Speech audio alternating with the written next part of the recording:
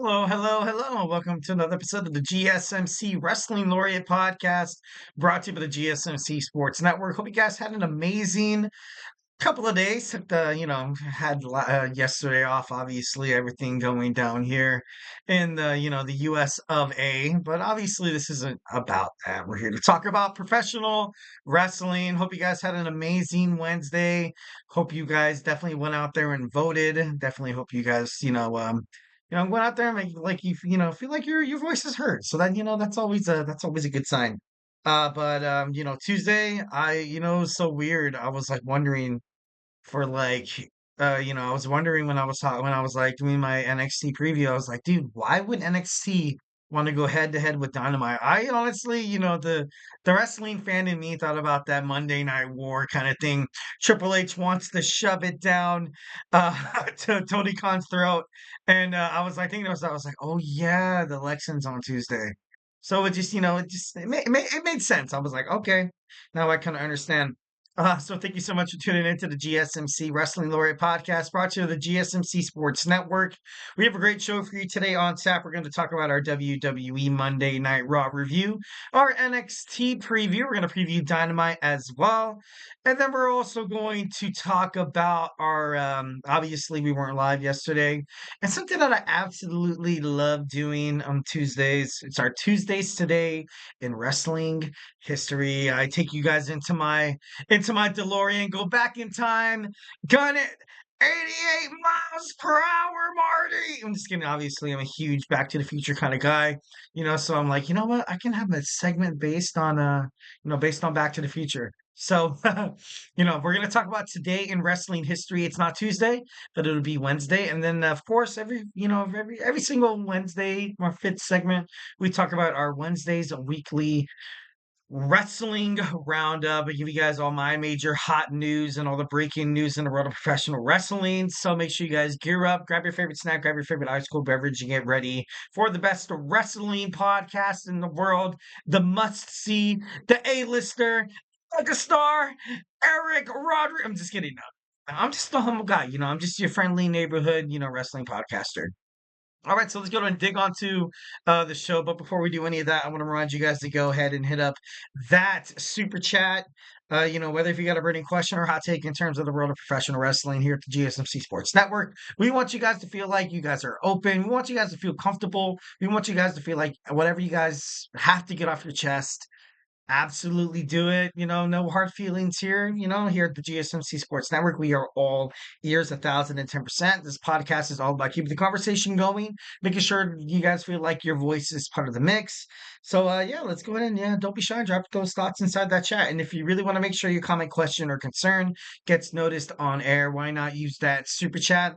It's that $sign below that chat box right there. Whatever you put inside that box, what we talked about will be discussed if it's something really, really juicy, maybe something even debated about. It can take definitely, partially, it could definitely take part of like a segment that I have here on the show. So yeah, one of you yourself could be the show of this podcast right here. So definitely, guys, this is a great way that we support our channel.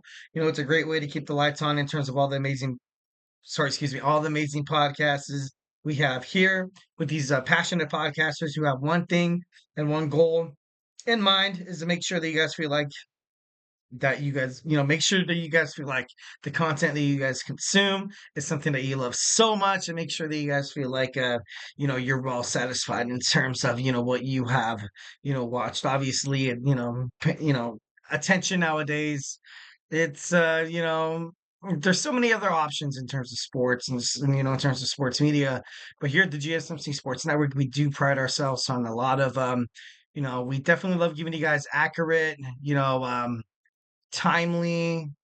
We definitely love the fact that we can give you guys a lot of this information that that is necessary for a fan to kind of wrap their heads around. But we're not like any other wrestling sports, or not wrestling, sorry, excuse me, any other sports network. We definitely encourage our fans to, engage. Definitely something you guys can mention in the chat could open up my mind to a bunch of things. Obviously, I am the host of this show, but at the same time, I want to feel like this podcast is like No, it's like a we. This is a we podcast, guys. So yeah, don't be shy and drop your thoughts inside that chat. We are super grateful, first and foremost, for each and every one of you guys who joins us here on the GSMC Sports Network. So let's go ahead and so let's keep the conversation going. Let's get this party started. Send in those super chats, those super stickers, because you guys are super awesome, and together we will make sure this podcast is bigger, better, and stronger than ever. Once again, super chat, not your thing. It's all good. Hit up the tips and donations link at the GSMCpodcast.net. Tell me what you like, tell me what you don't like. Superman punch that like a subscribe button to the show. Follow the show, follow the network here, the GSMC Sports Network. We do love a lot of peace, love, and positivity, 1,010%. Of course, in terms of talking sports, it's inevitable. Criticism, back and forth banter, maybe a little bit of a disagreement. It's all good in the neighborhood. Make sure you guys feel like you guys, open yourselves up. When you guys hit up that chat, feedback is a gift. So, just want to hear what you guys have to say, and we can make this podcast. We can make this podcast ours. This is our podcast. All right, so we're gonna stick off. We're gonna kick off with Monday Night Raw, and of course, what's Monday Night Raw without the WWE World's Heavyweight Champion, Liv Morgan? Liv Morgan kicks off the show, obviously talking major trash to Rhea Ripley.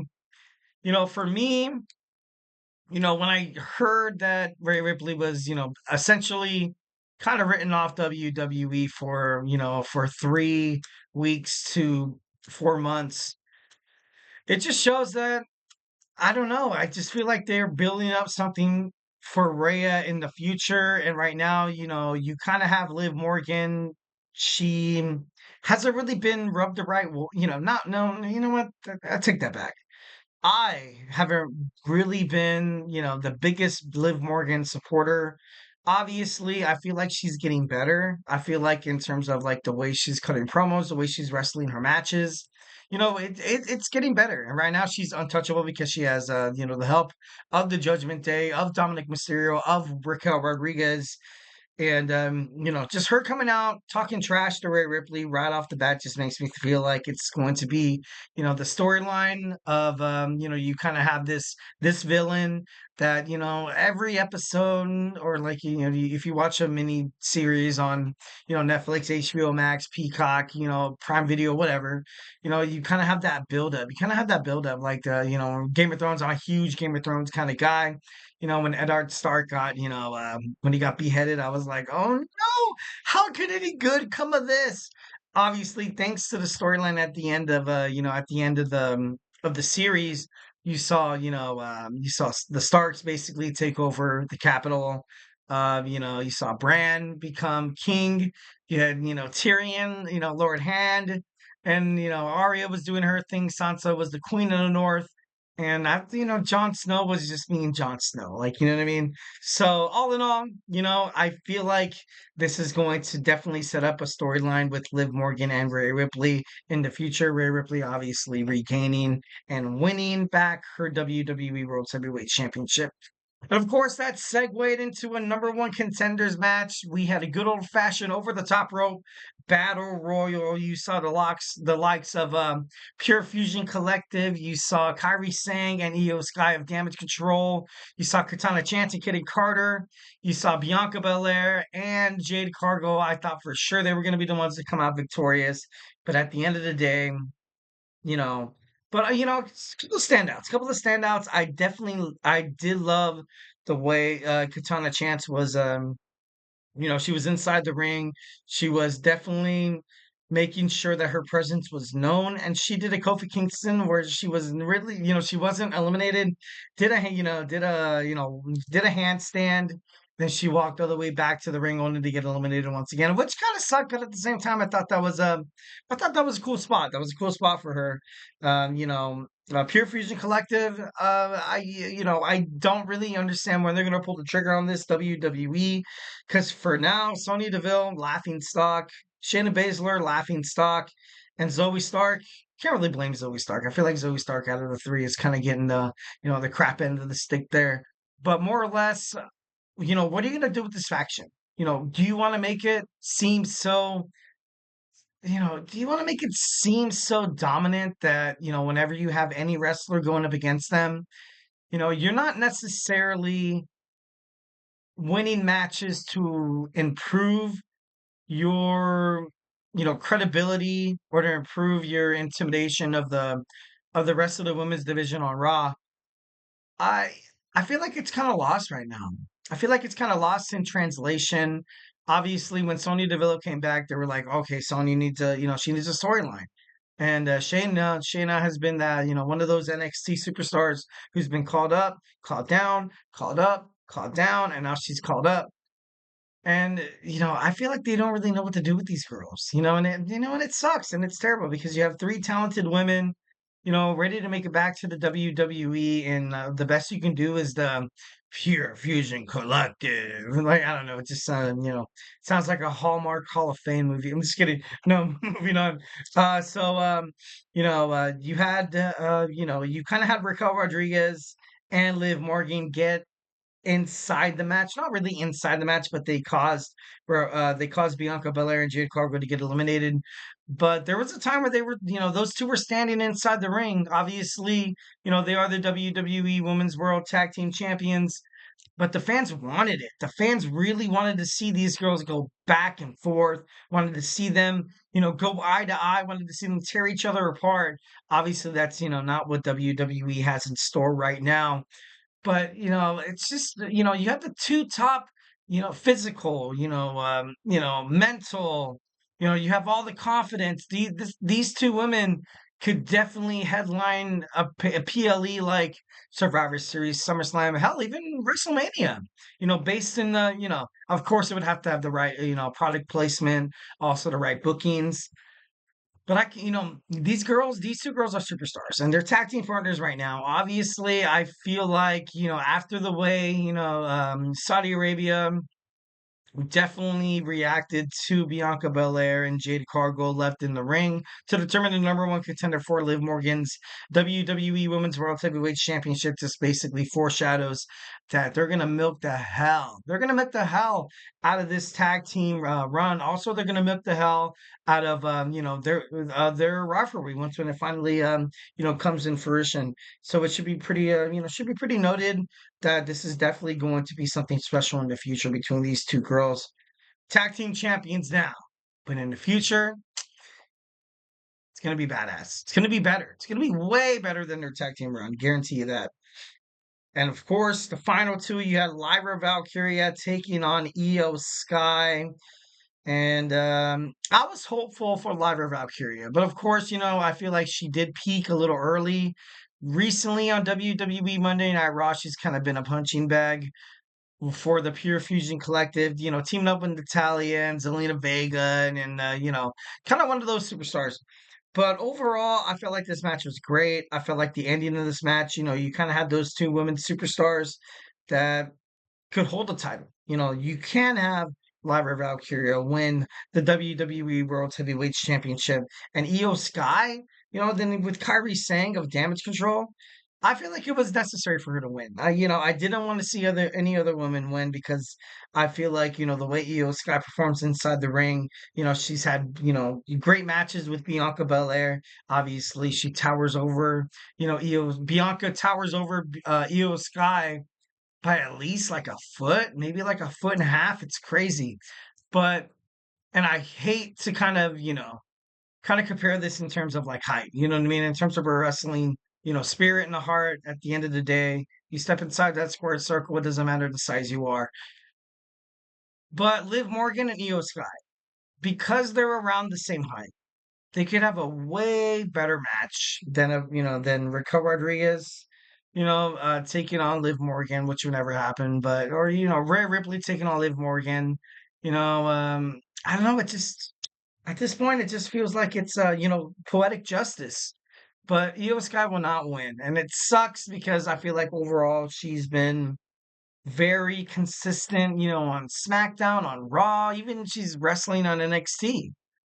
So, in my opinion, I feel like, Iyo Sky deserves it. But, in terms of the storyline, what you have with Liv Morgan right now with Dirty Dom and Raquel Rodriguez, I don't think the storyline's really going anywhere. All right, wrapping this up real quick. We have, Xavier Woods basically blaming Kofi Kingston, said that he dropped the ball, creating conflict. Uncle Howdy has abducted the Miz.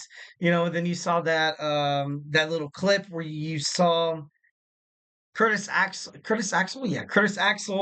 Bo Dallas, and The Miz basically, as the WWE Intercontinental Champion, kind of talking down to them, kind of being like, you can't hold my strap. I'm going to make you guys superstars.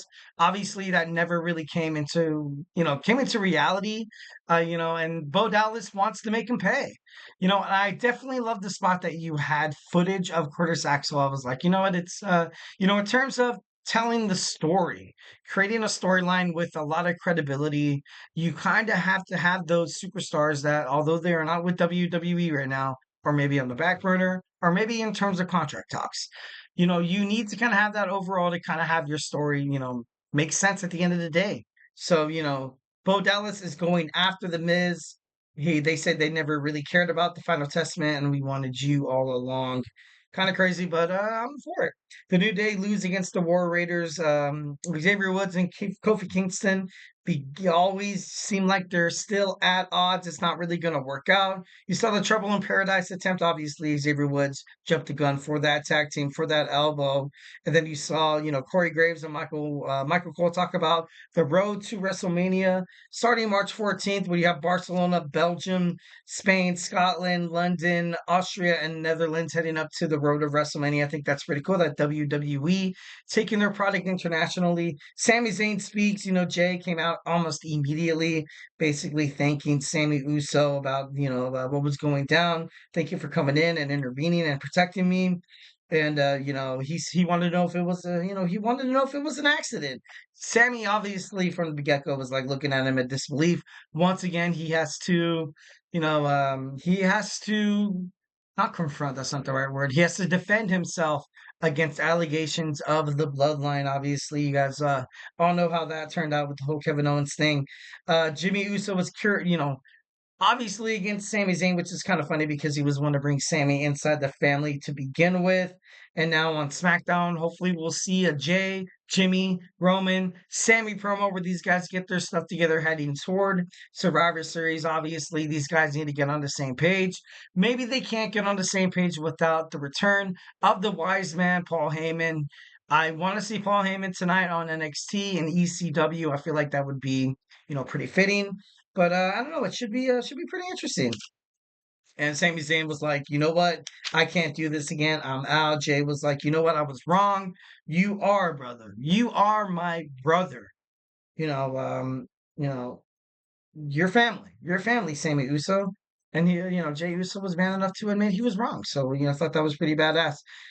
Seth Rollins in a promo acknowledges, Bronson Reed. Chad Gable loses to Dragon Lee. Chad Gable loses to Dragon Lee. I love that the Kurt Angle custom leotard that Chad Gable was using. I think this is great momentum for this feud between the LWO and the American Made.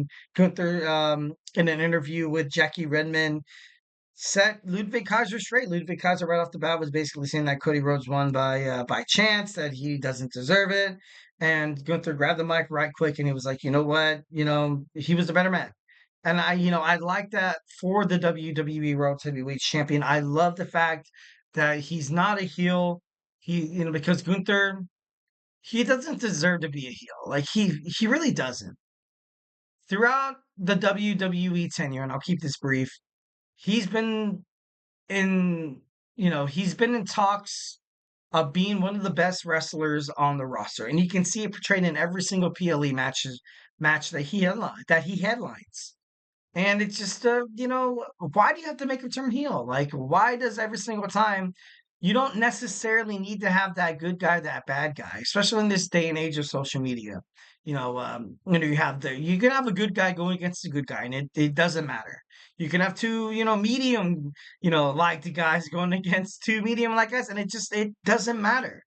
So, having Gunther come out here and be like, you know what, I don't want to sell myself short. Because if he came out on Monday Night Raw just barking barking sweet nothings like, "Oh, he cheated. That was BS. He can't beat me in a regular matchup. He's trash." This and that and the other. Like, and, nobody wants to see that. I don't want to see that, especially from somebody as great as Gunther. So, the way that this promo ended, I definitely loved it. Lastly, we have Damien Priest winning the Fatal 4-Way match. Um, you saw Bronson Reed come out. For me, I was like, why did he come out? What's the point of this? Obviously, making sure that his name is well known, that he's going to be a contender within the WWE World Heavyweight Championship title picture in the future, and that him and Seth Rollins, the feud is not going anywhere. I thought it was kind of funny how he did not target Dominic Mysterio. I've had speculations that he will be the new muscle for Finn Balor on the Judgment Day. Other than that, I feel like the Judgment Day will fall. There's no sense of, keeping JD McDonough. There's no sense of keeping Carlito. And Dirty Dominic Mysterio, the only reason why he's, prevalent in terms of the world of professional wrestling is simply because Liv Morgan. So, if there's anything that could reboot well, not new, this Judgment Day faction that's dying, rapidly dying, it's got to be Bronson Reed. So it should be interesting to find out what goes on moving that. All right, guys. So hey, do not go anywhere. We're gonna talk about our next segment. We get our WWE NXT preview at the 2300 Arena in Philadelphia, the home of ECW. ECW. So hey, do not go anywhere. ECW. ECW.